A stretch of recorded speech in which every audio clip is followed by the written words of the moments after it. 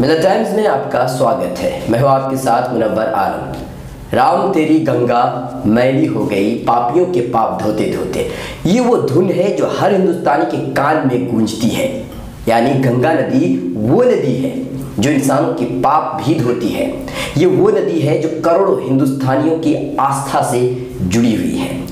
ये वही नदी है जिसमें जाकर के लोग अपने पाप धोते हैं। कुछ लोग इसी नदी के बलबूते पर सत्ता पर काबिज भी हो जाते हैं और कुछ लोग ऐसे होते हैं जो इस नदी के लिए अपनी जान भी गंवा देते हैं। जी हाँ, आज हम बात कर रहे हैं जीडी अग्रवाल की। जीडी अग्रवाल आईआईटी के प्रोफेसर भी रह चुके हैं, लेकिन आज 111 दिन के अनशन के बाद उनकी आज मौत हो गई।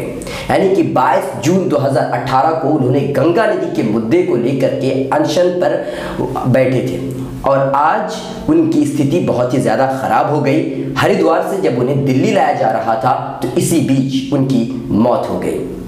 ये सेंट्रल पोल्यूशन बोर्ड के सदस्य भी रह चुके हैं। हम आपको बता दें कि जेडी अग्रवाल ने गंगा नदी के मुद्दे को लेकर के सरकार को आगाह भी उन्होंने किया था।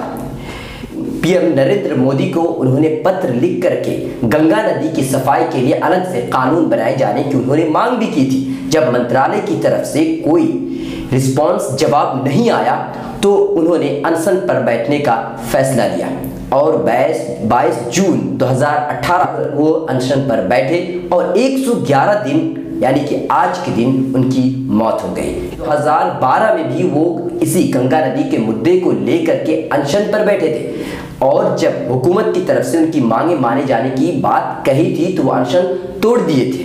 2011 में भी 115 दिन के अनशन के बाद स्वामी निगमानंद की भी मौत हो गई थी। उन्होंने भी गंगा नदी के मसले को लेकर के ही वो अनशन पर बैठे हुए थे।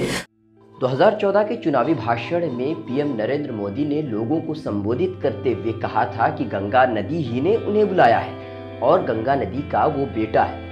और उन्होंने चुनावी भाषण में जितने सारे वादे किए थे उन वादों में एक वादा ये भी था कि अगर उनकी सरकार बनती है तो गंगा नदी की सफाई जरूर होगी।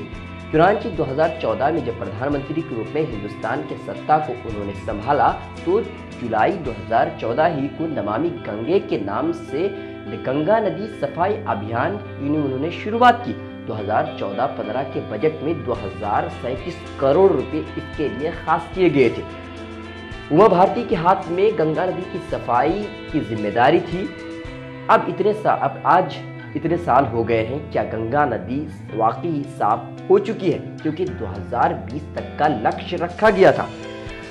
नोएडा के रामवीर सिंह ने जब आरटीआई फाइल किया और गंगा नदी की सफाई की स्थिति को जानने की कोशिश की और गंगा नदी की सफाई पर कितने सारे पैसे खर्च हुए, इन चीज़ों के बारे में जब उन्होंने जानने की कोशिश की तो जल संसाधन मंत्रालय ने खर्च का ब्यौरा उन्होंने दिया है। साल दर साल का खर्च का ब्यौरा उन्होंने दिया है और जब स्थिति के बारे में सवाल किया गया तो जल संसाधन मंत्रालय ने कहा कि 2019 तक पूरी तरह से गंगा साफ हो जाएगी।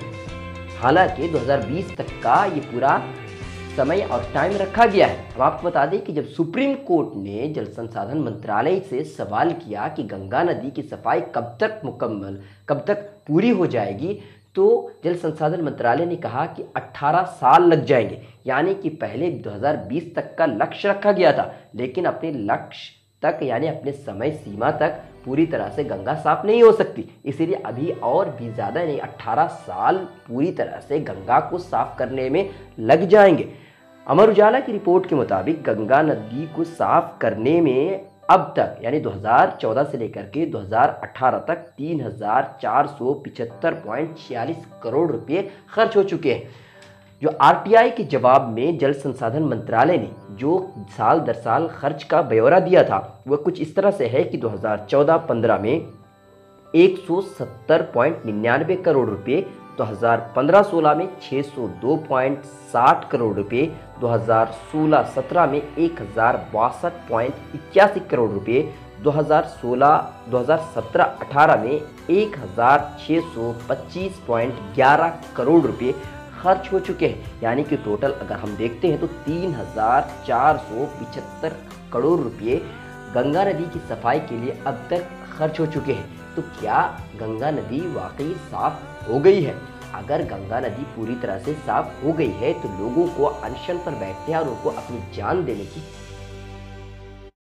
क्या जरूरत पेश आती है। अगर आपको लगता है कि गंगा नदी पूरी तरह से साफ हो गई है तो आप बनारस, कानपुर और इलाहाबाद में जाकर के एक बार देख लें, तो आपको पता चल जाएगा और गंगा नदी खुद अपनी दास्तान, अपनी प्रदूषण की दास्तान खुद आपको सुनाती हुई नजर आ जाएगी। आखिर इतने पैसे गए कहाँ और इन पैसों का आखिर हुआ क्या? क्या वाकई गंगा नदी के साफ करने के लिए ही 3,475.86 करोड़ रुपये खर्च हुए?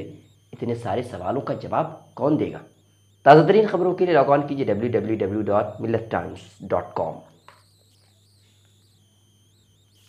मिल्लत टाइम्स की मज़ीद वीडियोस देखने के लिए यहाँ क्लिक करके सब्सक्राइब करें और बेल आइकन को ज़रूर दबाएं ताकि आपको हमारी हर वीडियो का नोटिफिकेशन मिल सके।